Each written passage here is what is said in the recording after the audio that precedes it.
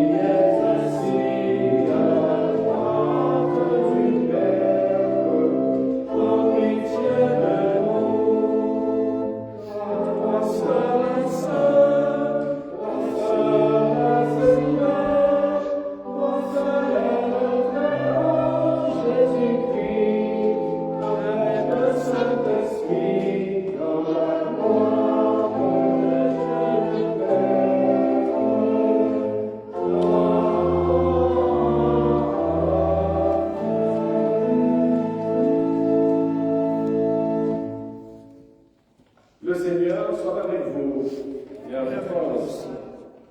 Prions le Seigneur. Dieu Tout-Puissant, avant qu'il ne souffrit sa passion, tu as révélé sur la montagne sainte la gloire de ton Fils unique.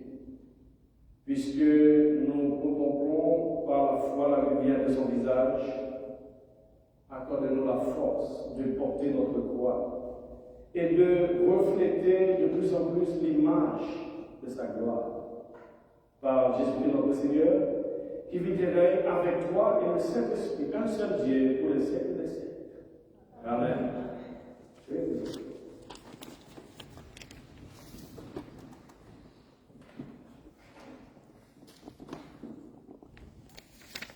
La première lecture du livre d'Exode. Or, quand Moïse descendit du mont Sinaï, ayant à la main les 2 tables de la charte, quand il descendit de la montagne, il ne savait pas, lui, Moïse,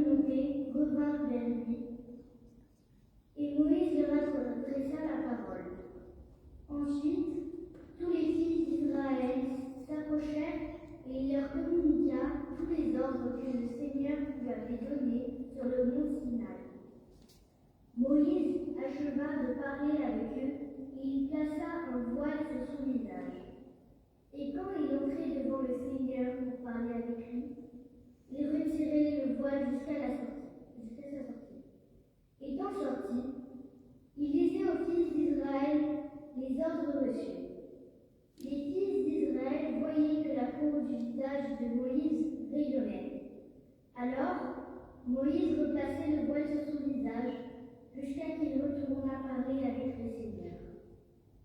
Parole du Seigneur. Nous rendons grâce à Dieu.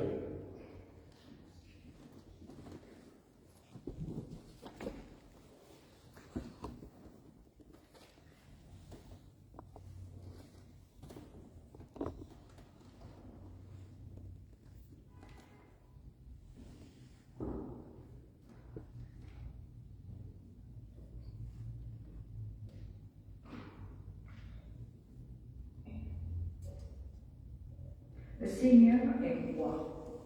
Les peuples s'agitent. Il trône au-dessus des chérubins. La terre tremble.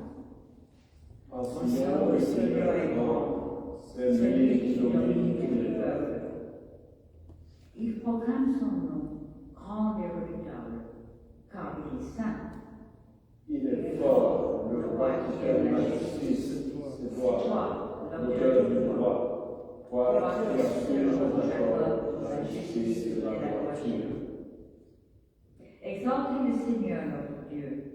Prosternez-vous au pied de son trône, car il est saint. Moïse et le prêtre Aaron, Samuel le suppléant, tous le suppliaient le Seigneur, et lui leur répondait. Dans la colonne de nuée, il parlait avec eux. Ils ont gardé ses volontés, les lois qu'il leur donna. Seigneur notre Dieu, je leur ai répondu, avec eux tu restais au Dieu patience, mais tu ne dévisais de leur faute. Exaltez le Seigneur notre Dieu, prosternez-vous devant sa sainte montagne, car il est saint, le Seigneur notre Dieu.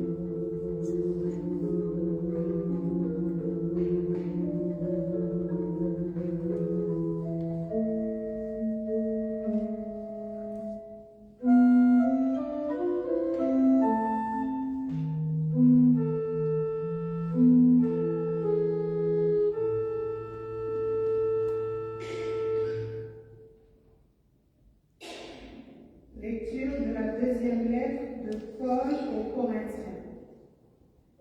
Fort d'une pareille espérance, nous sommes pleins d'assurance. Nous ne faisons pas comme Moïse qui se mettait un voile sur le visage pour éviter que les Israélites ne voient la femme en éclat passager. Mais leur intelligence s'est obscurcie. Jusqu'à ce jour, lorsqu'on lit l'Ancien Testament, ce même voile demeure. Il n'est pas levé, car c'est en Christ qu'il disparaît. Oui, jusqu'à ce jour, chaque fois qu'ils lisent Moïse, un voile est sur leur cœur. C'est seulement par la conversion au Seigneur que le voile tombe. Car le Seigneur est l'Esprit.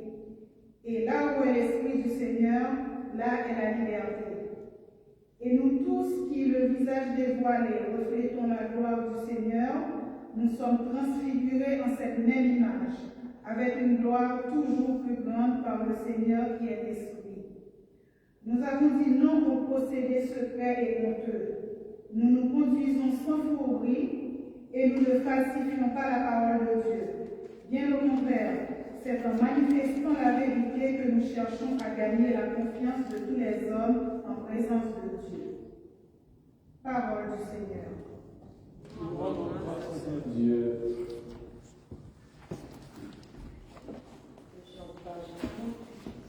Page 48.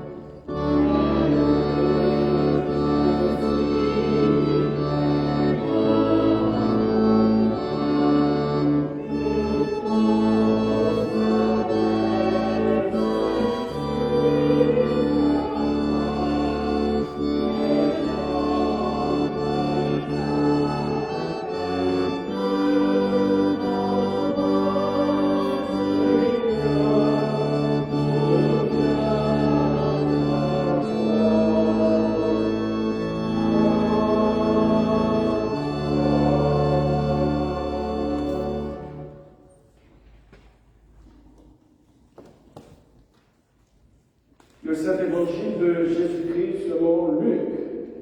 Gloire à toi, Seigneur Jésus. Or, environ 8 jours après ces paroles, Jésus prit avec lui Pierre, Jean et Jacques et monta sur la montagne pour prier. Pendant qu'il priait, l'aspect de son visage changeait et son vêtement devint d'une blancheur éclatante.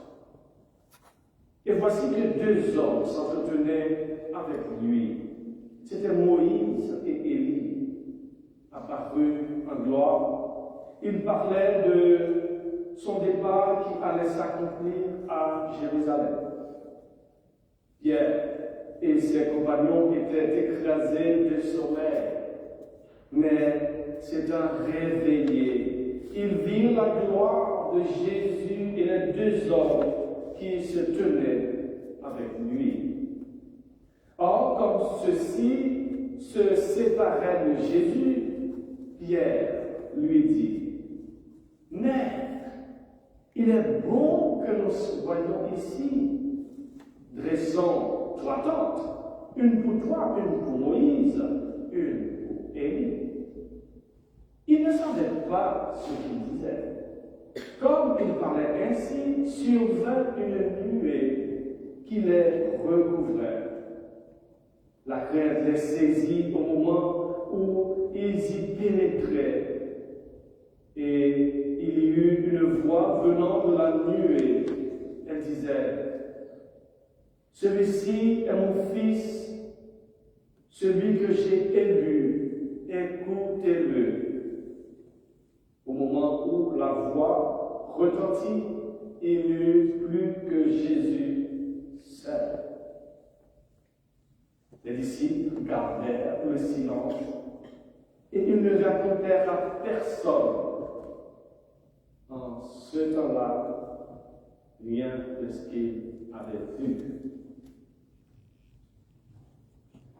Évangile du Seigneur. Louange à toi, Seigneur Jésus.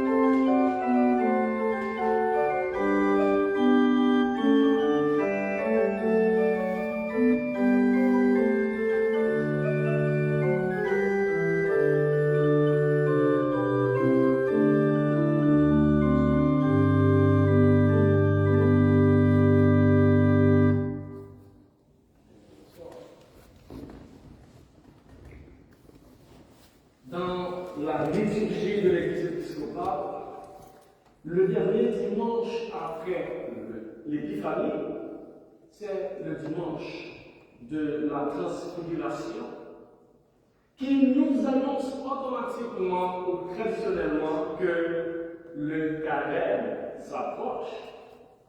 C'est le cas aujourd'hui. Nous célébrons le dernier dimanche après l'Épiphanie où nous lisons l'évangile de la transfiguration. Mais on va aborder ce terme et on va commencer par la question qu'est-ce que la transfiguration?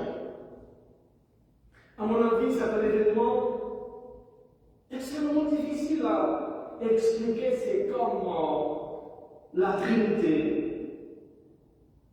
La transfiguration, c'est un événement qui se passe sur une montagne où Jésus prit 3 de ses disciples, Pierre, Jacques et Jean, pour prier avec lui. Mais soudainement, et pendant quelques instants, Jésus s'est transformé, métamorphosé, c'est-à-dire en quittant son apparence habituelle, son apparence terrestre, afin de révéler sa nature divine. C'est pourquoi je disais que c'est un événement extrêmement difficile à expliquer et qui a une importance capitale. Et les évangiles synoptiques, notamment Marc 9, 2, 13, Matthieu 17, 1, 13, Luc 9, 28, 36, décrivent tous presque de la même manière cet événement qu'on appelle la transfiguration de Jésus. Ces évangiles ou ces évangélistes synoptiques déclarent tous Jésus est devenu éblouissant, lumineux à la fois par son visage, mais aussi par ses vêtements. Et lors de la transfiguration, Jésus fait son apparition avec deux personnages clés de l'Ancien Testament, Moïse et Élie. Et vous le savez, Moïse, c'est le symbole de la loi, et Élie, symbole des prophètes. Mais l'autre question qu'il faut se poser, à savoir, que faut-il comprendre de la transfiguration de Jésus? Nous pouvons comprendre que la transfiguration de Jésus, c'est le rayonnement et la révélation de Dieu à travers son Fils Jésus. Une dimension à laquelle les disciples ne le connaissaient pas vraiment, du moins qu'elle était plutôt, cette dimension était plutôt invisible chez Jésus. Cette transformation est une manière ou un acte par lequel les disciples sont rassurés, cette fois-ci en crédibilisant Jésus étant le Fils de Dieu et Dieu également, vrai Dieu, né du vrai Dieu. Non seulement qu'il est à la fois le Fils de Dieu, mais lui aussi il est Dieu, c'est-à-dire il est capable de faire ce que le Maître, son Père, fait. Et si je cherche une image beaucoup plus claire, plus simple pour vous expliquer, c'est que considérez Jésus comme le fils de patron d'une gigantesque entreprise en situation difficile. Ça, tout le monde va pouvoir comprendre plus facilement, tout le monde travaille. Oui, cette grande entreprise en difficulté et le grand patron, Dieu, a décidé d'envoyer son Fils pour redresser cette situation faillite. Et ce Fils, qui a été envoyé par son Père, en l'occurrence le grand patron, à cause de son humilité et sa proximité avec les petits employés, petits personnels, il y a plein de doutes qui planaient sur lui. Le pourquoi? Parce que, en tant que fils du patron, humainement parlant, on a tendance à voir quelqu'un qui a tout pouvoir et qui arrive et qui dit: toi, tu es révoqué parce que tu n'as pas fait ci, etc. Pourtant, on voit c'est l'inverse. C'est quoi cette histoire? Le fils du grand patron, en train de manger avec tout le monde, avec etc., ceux qui font des ménages, etc. On n'a jamais cru en lui à 100% en tant que fils du patron qui a le même pouvoir que son père. Il prit des personnes, des têtes de pont, des grands dirigeants pour organiser une réunion. Et lors de cette rencontre, comme on le dit, chasser le naturel, il revient au galop. Entre père et fils, il s'est passé quelque chose qui crée une intimité qui va prouver effectivement qu'il est le Fils de Dieu. Ouh là là!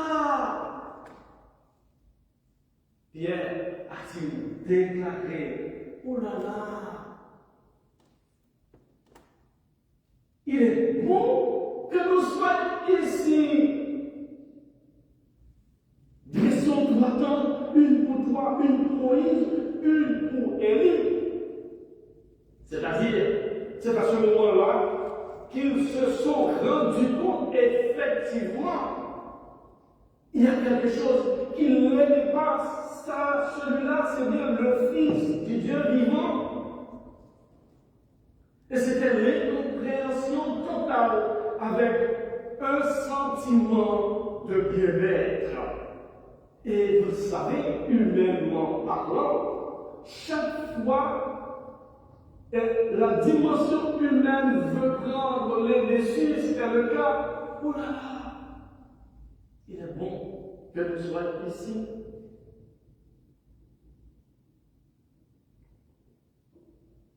C'est la dimension humaine.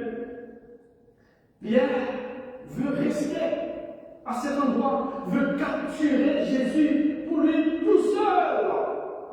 Et comme vous le savez, Jésus n'est pas monopolisable. Il ne peut pas être monopolisé. Il ne peut pas être appartenu à un groupe, avec une personne, avec un groupe. Eh bien, halte là, réveille-toi. Et ça me fait penser exactement sur la route d'Emmaüs. Les disciples marchaient de manière désolée parce qu'il s'est passé quelque chose tout récemment. Et quelqu'un apparaît, un ange. Lui leur disait, mais qu'est-ce qui se passe? Pourquoi vous êtes aussi tristes? Leur disait, mais vous n'êtes pas ici, vous ne savez pas ce qui s'est passé tout récemment. Il commence à parler à Jésus, mais il ne savait pas que c'était Jésus. Et tout d'un coup, il y a c'est comme le feu. Et ils n'ont vu personne. Parce qu'on ne peut pas monopoliser Jésus. Dieu, il appartient à personne. Chers amis dans le Seigneur, quelles que soient les images utilisées, le genre littéraire utilisé, le discours utilisé, tout cela n'est que des supports, une forme de balbutiement qui se passe par les oreilles, les cœurs et non les yeux en priorité, car c'est ce qui nous permet de passer sur une autre rive. Et c'est ce que Jean Assaldi, qui disait dans son ouvrage intitulé « Il fut transfiguré devant eux ». Il disait ceci: le côté paradoxal de ces situations, c'est-à-dire ce que nous racontons ici, permet non pas de capturer la réalité divine dans les mots, mais de l'évoquer afin de mieux l'évoquer. Pour tout dire, nous n'avons que ce langage paradoxal pour aller vers Dieu. Ce type de langage, voilà, est d'ordre pascal, passage de la mort à la vie. Notez bien, chers amis dans le Seigneur, la transfiguration de Jésus comme la foi n'est pas de l'ordre du visible, mais plutôt du visuel. Car si Jésus avait ramené un disciple non-voyant, celui-ci aurait vu également. Ce même auteur, Jean Assaldi, a bien fait la différence entre le visible et le visuel. Le visible, c'est quoi? Le visible, c'est la visibilité ne pose aucun problème. Par exemple, si je prends ce verre, sauf les non-voyants, tout le monde peut le voir, que je le tiens. Et si je prends ce verre, je le dirige vers ma gauche, votre regard se tourne automatiquement vers la gauche, on n'est pas qu'à l'endroit que je pose ce verre. Ça, on est dans le visible. Et pourtant, le visuel concerne généralement ce qui peut survenir durant le sommeil. Et c'est souvent le cas, notre expérience avec Dieu. Je ne sais pas si cela vous est déjà arrivé. Puisqu'on ne peut pas le toucher, on ne peut pas le voir physiquement. Mais on peut communiquer avec Dieu, soit à travers les rêves, soit à travers nos semblables. Et le plus souvent, qu'est-ce qui se passe quand on est dans un rêve? Le plus souvent, on voit des choses extraordinaires. Et quand on veut rester à ce stade, comme Pierre qui dit il est bon que l'on soit ici, eh bien, tout d'un coup, t'es réveillé. C'est-à-dire, tu ne peux pas monopoliser cela. Voilà exactement comment Dieu fonctionne, comment Dieu agit. En fait, chers amis dans le Seigneur, Jésus nous montre qu'il est important d'avoir des moments particuliers, des moments privilégiés pour prier. Et pour nous autres chrétiens, Carême est une saison idéale pour le faire. Et à partir de la semaine prochaine, nous commençons le carême. Le message de cet évangile de Luc nous dit ceci. Viens, vois, écoute, va dans la lumière et tu verras la lumière de Dieu. Que cette lumière brille sur nous afin que nous soyons transformés en de véritables servants de serviteurs qui se mettent tout de suite à l'instant même au travail pour faire rayonner l'amour de Dieu à travers nos bonnes actions dès maintenant et pour toujours. Amen.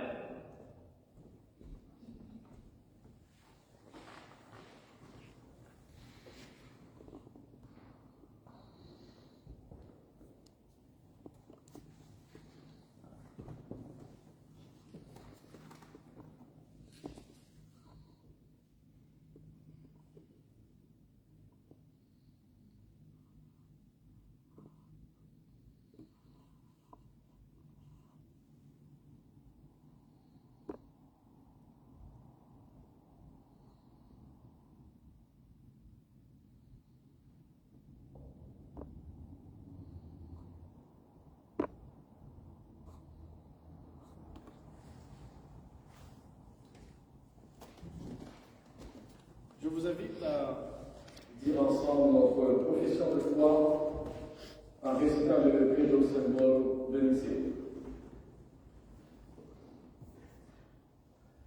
Nous croyons en un seul Dieu, le Père Tout-Puissant, Créateur du ciel et de la terre, de l'univers visible et invisible. Nous croyons en un seul Seigneur, Jésus-Christ, le Fils unique de Dieu, né du Père avant les siècles. Il est Dieu, lumière né de la lumière, vrai Dieu, né du vrai Dieu. Engendré non pas Christ, de nature de Père, et par lui tout a été fait, pour nous les hommes et pour notre salut. Il est descendu du ciel, par l'Esprit Saint, il a pris chair de la Vierge Marie, et il s'est fait fort. Crucifié pour nous sur Ponce Pilate, il souffrit sa passion et fut mis au tombeau. Il ressuscita le troisième jour, conformément aux Écritures, et il monta au ciel. Il est assis à la droite du Père, et il reviendra dans la gloire, pour juger les vivants et les morts, et son Père n'aura pas de fin. Nous croyons en l'Esprit Saint, qui est Seigneur et qui donne la vie. Il précède le Père et l'Église avec le Père et le Fils, et le soir de la relation sur les gloires. Il a parlé par le prophète.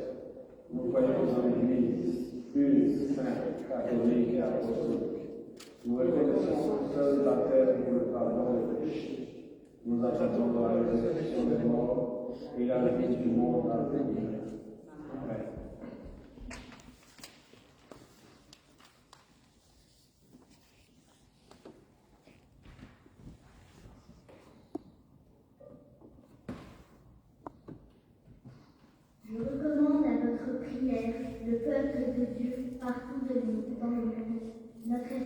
Marc, cette assemblée et tous les ministres et les fidèles. Prions pour l'Église.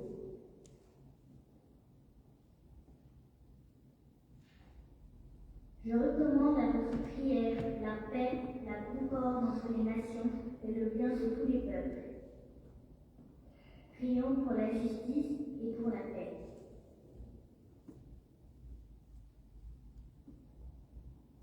Je recommande à votre prière les pauvres, les malades, les affamés, les opprimés et les prisonniers. Prions pour toutes celles et tous ceux qui sont en difficulté.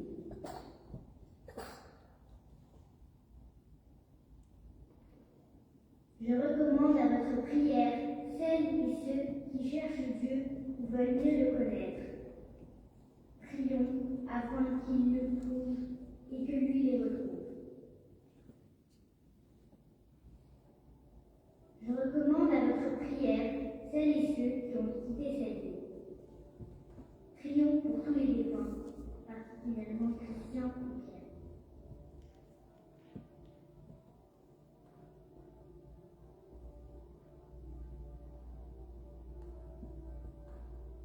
Rendons gloire à Dieu pour ceux en qui le Christ a été glorifié à chaque génération. Prions pour que nous ayons, nous aussi, la grâce de rendre gloire au Christ dans notre temps.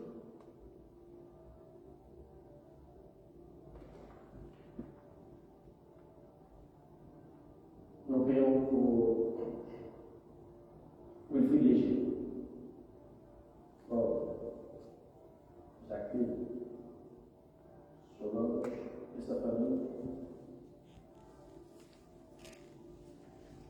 pour Sylvia. Nous prions également pour ceux et celles qui nous regardent depuis chez eux, notamment les membres et amis de la mission épiscopale francophone de la résurrection. Pour Anne,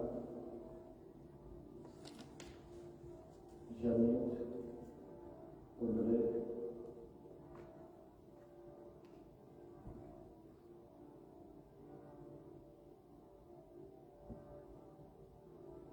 oh Dieu, notre vie est notre ténèbre. Veille en ta montée sur ta servante Émilie. Au début d'une nouvelle année de sa vie, accorde-lui de grandir en sagesse, en grâce, et fais croître sa confiance en ta tendresse tous les jours de sa vie.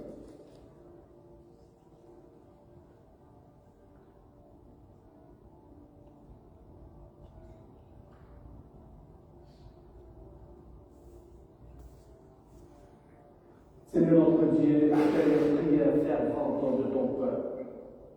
Aie pitié de nous selon ta grande miséricorde. Fais descendre sur nous ta compassion et sur tous ceux qui se tournent vers toi. Car tu es Dieu, bon, ô toi l'ami des âmes, et nous te rendons gloire, Père, Fils et Saint-Esprit, maintenant et à jamais, dans le siècle des siècles. Amen. Chers amis dans le Seigneur, vous qui êtes touchés d'une véritable sérieuse repentance, qui, dans la charité, aimez votre prochain et êtes résolus à mener une vie nouvelle, en suivant les commandements de Dieu, marchant désormais dans ces saintes voies, approchez avec foi et pieusement agenouillés, faites votre humble confession au Dieu de Christ.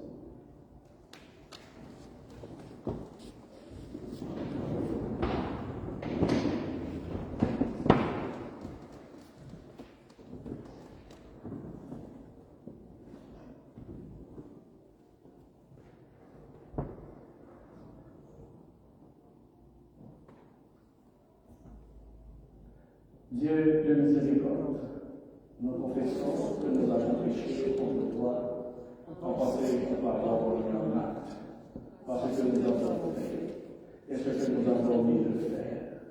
Nous n'avons pas aimé de tout notre cœur, Nous n'avons pas aimé notre prochain comme nous-mêmes. Nous regrettons sincèrement cette faute. Humblement, nous nous en repentons. Pour l'amour de ton Fils Jésus-Christ, prends pitié de nous et pardonne-nous. Alors ta bonté fera notre joie, et nous pourrons marcher notre chemin pour la gloire de ton nom. Amen.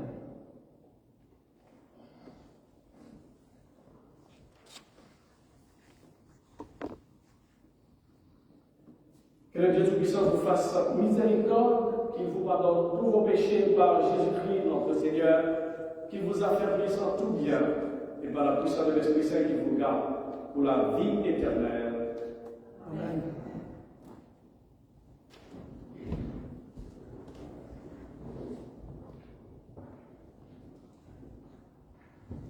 Que la paix du Seigneur soit toujours avec vous.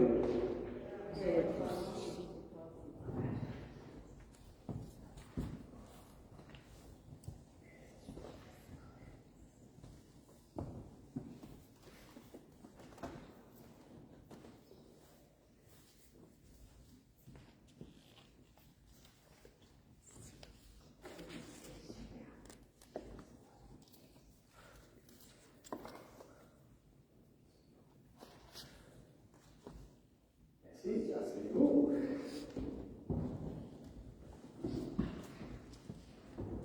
Bonjour et bonsoir à tout le monde.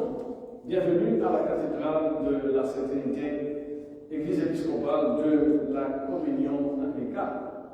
Ce soir, nous célébrons de manière anticipée le dernier dimanche après l'Épiphanie. Nous sommes une église qui est ouverte à tout le monde, quelle que soit votre confession ecclésiale, votre appartenance sociale.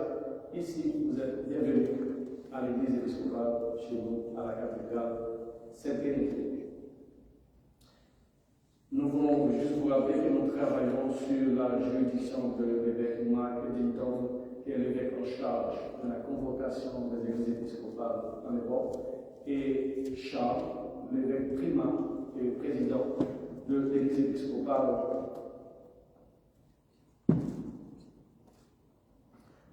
Si vous souhaitez être membre de la mission ou du moins membre de l'église épiscopale, si vous souhaitez organiser par exemple des baptêmes, des mariages ou toute autre question à caractère pastoral, n'hésitez pas à nous envoyer des messages via vicaire@episcopaleurope.org. Et puis le numéro c'est le 07 62 01 68 87. Celles et ceux qui nous regardent, vous regardez bien sur les différentes pages ou le site web de la mission. Vous pouvez poser vos questions et nous envoyer des messages. Et sachez aussi que nous avons une permanence téléphonique, c'est-à-dire du lundi au vendredi. Vous pouvez toujours appeler via ce numéro. Et puis, exceptionnellement, tous les lundis, le bureau est ouvert si vous voulez nous rencontrer physiquement ici à la cathédrale.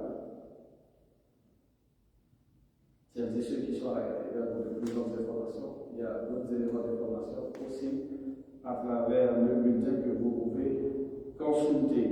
Samedi prochain, même rendez-vous, même heure. Peut-être le lieu peut être différent pour celles et ceux qui nous regardent, parce que vous pouvez toujours nous regarder, que vous soyez en Amérique ou en Europe, n'importe où, à travers les continents, les différents continents. Vous pouvez toujours nous regarder et nous ne bougeons pas pour le moment présent. Nous sommes ici à la cathédrale chaque samedi à 17h30. Nous vous ramenons et ce magnifique service où vous pouvez prier depuis chez vous, et notamment celles et ceux qui souhaitent venir prier physiquement ici avec nous. Ici, il n'y a pas de pression, on est calme, on prie Dieu dans l'esprit et en vérité. Après la célébration eucharistique, comme d'habitude, on se donne rendez-vous dans la salle paroissiale et pour célébrer ensemble. Et continuer la célébration d'une autre manière, c'est-à-dire à travers des échanges. Et que voilà, c'est ça le vrai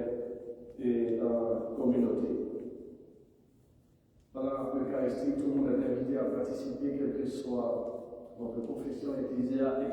Si vous souhaitez prendre la communion, vous pouvez venir et on communie ici sur deux espèces, c'est-à-dire le pain et le vin. Vous avez le choix, soit de prendre les deux ou le choix de prendre qu'un seul. C'est vous qui voyez. Présentons avec joie les offrandes de notre travail et de notre vie.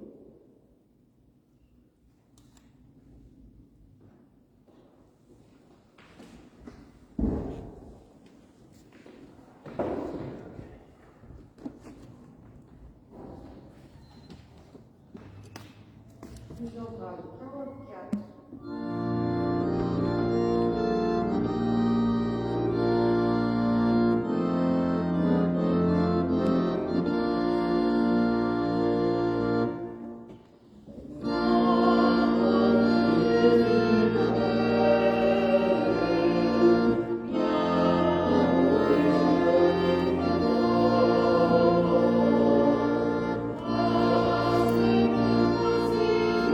Thank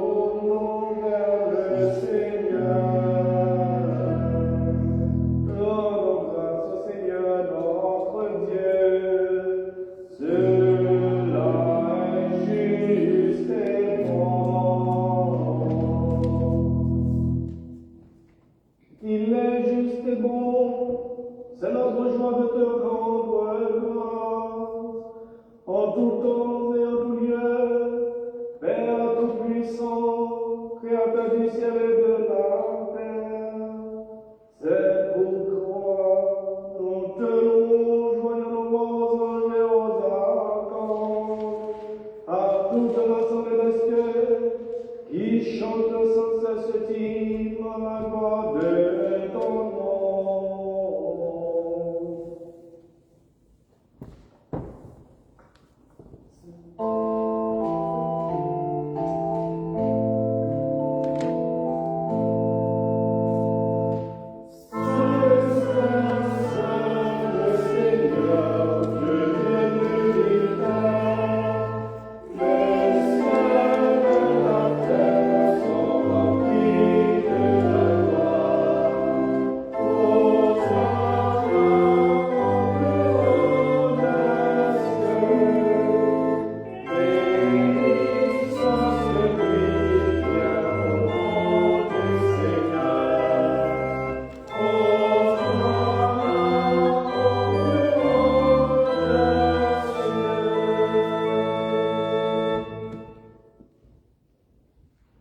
Père Saint et plein de bonté, dans ton amour infini, tu nous as créés pour être tiens.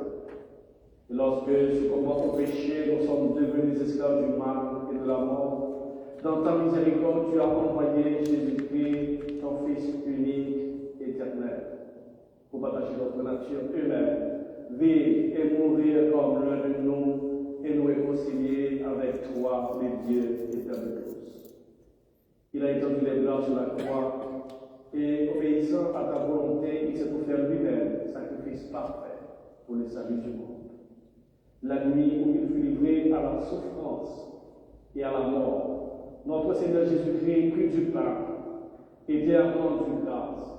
Il le rompit et le donna à ses disciples en disant: Prenez, mangez, ceci est mon corps livré pour vous. Faites ceci en mémoire de moi.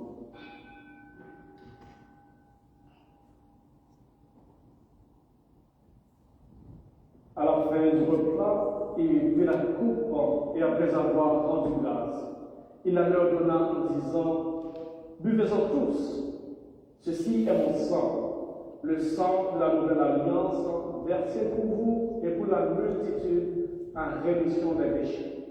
Chaque fois que vous en boirez, faites-le en mémoire de moi.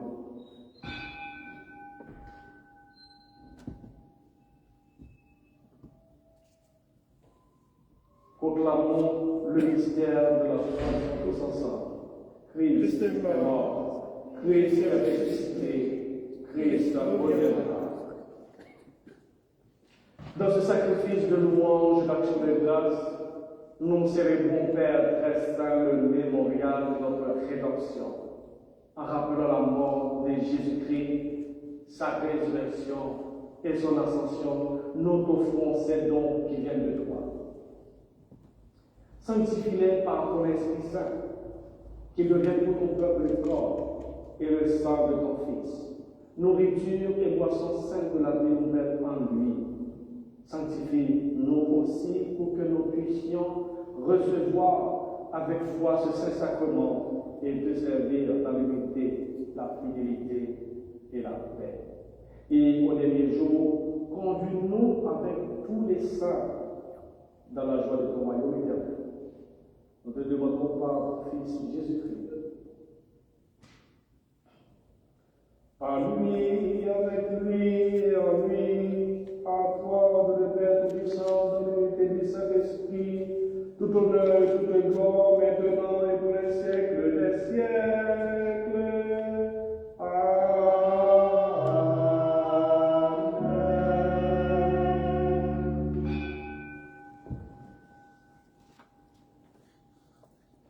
Et maintenant, comme nous l'avons appris du Sauveur, nous osons dire ensemble: Notre Père qui es aux cieux, que ton nom soit sanctifié, que ton règne vienne, que ta volonté soit faite sur la terre comme au ciel.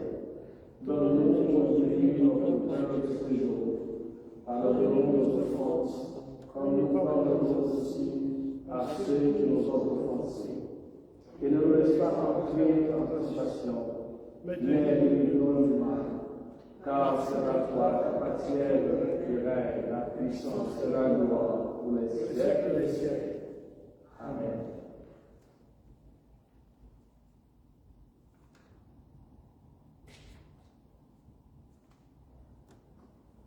Le Christ notre Pâques a été immolé.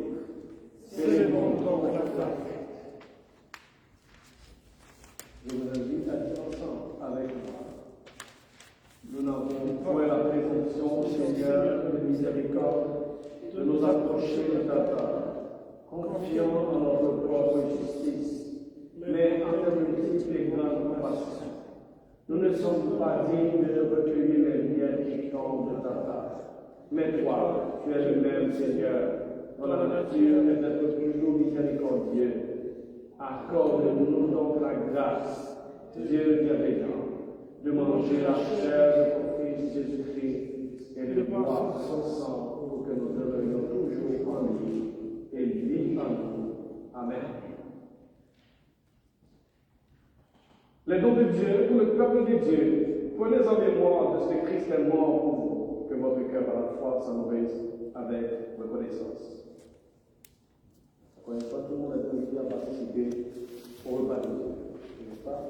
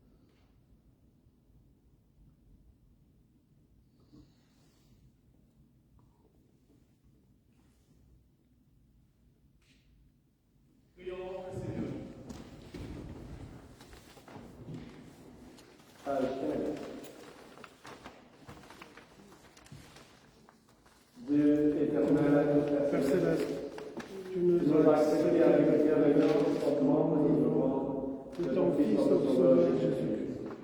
Et tu Tu nous as donné une nourriture spirituelle avec le sacrement de son corps et de son sang.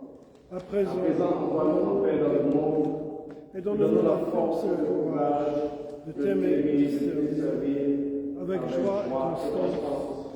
Par le Christ notre Seigneur. Amen. Maintenant que la bénédiction du Dieu Tout-Puissant, le Père, le Fils et le Saint-Esprit descendent sur vous et y demeurent à jamais. Amen. Amen.